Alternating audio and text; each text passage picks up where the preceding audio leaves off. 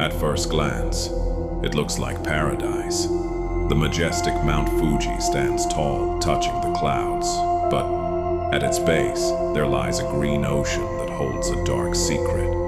Aokigahara, the sea of trees. It is dense, it is beautiful, and it is hungry. Locals say that once you step off the path, the forest itself conspires to keep you there forever. Before you even enter, you are greeted by signs, not maps, but please. Think of your family, they read. Your life is a precious gift. But for a man named Kenji, who parked his car at the trailhead in 2018, these signs were just background noise. He wasn't there to end his life. He was there to find his brother, who had walked into these woods 3 days prior and never came back. Kenji was an experienced hiker. He brought GPS, a compass, and supplies. But Aokigahara is unique. The ground is formed by hardened volcanic lava, rich in magnetic iron. Within minutes of stepping off the trail, Kenji looked down. His compass needle was spinning violently. North was gone. South was gone. Technology doesn't work here. He was now navigating solely by instinct in a forest where every tree looks exactly the same.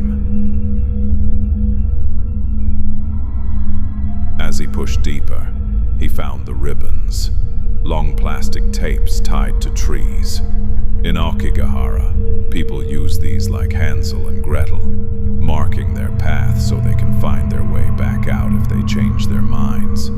Kenji followed a white ribbon, hoping it belonged to his brother. But the silence was deafening. The porous lava ground absorbs sound. You cannot hear birds. You cannot hear the wind. You can only hear your own heartbeat and the crunch of footsteps that aren't yours. 2 hours in, the sun began to set, casting long, twisted shadows. Kenji stumbled upon a clearing. There it was, a blue tent.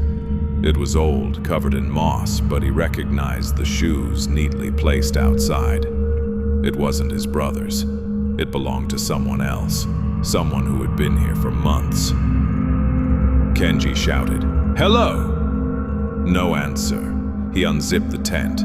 It was empty, except for a diary left open on the sleeping bag. Night fell instantly. The temperature dropped. That's when the whispering started.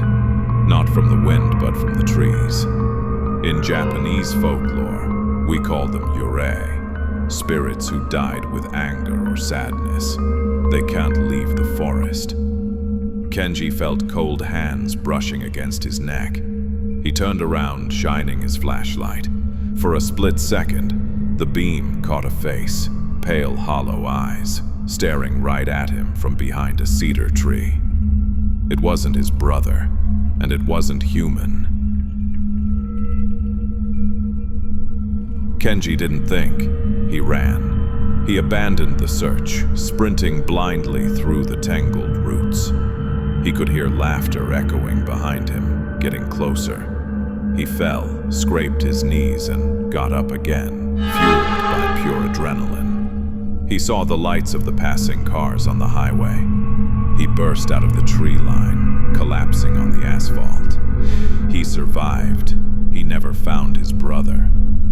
But to this day, Kenji sleeps with the lights on. Because sometimes when the house is quiet, he can still hear the forest whispering his name.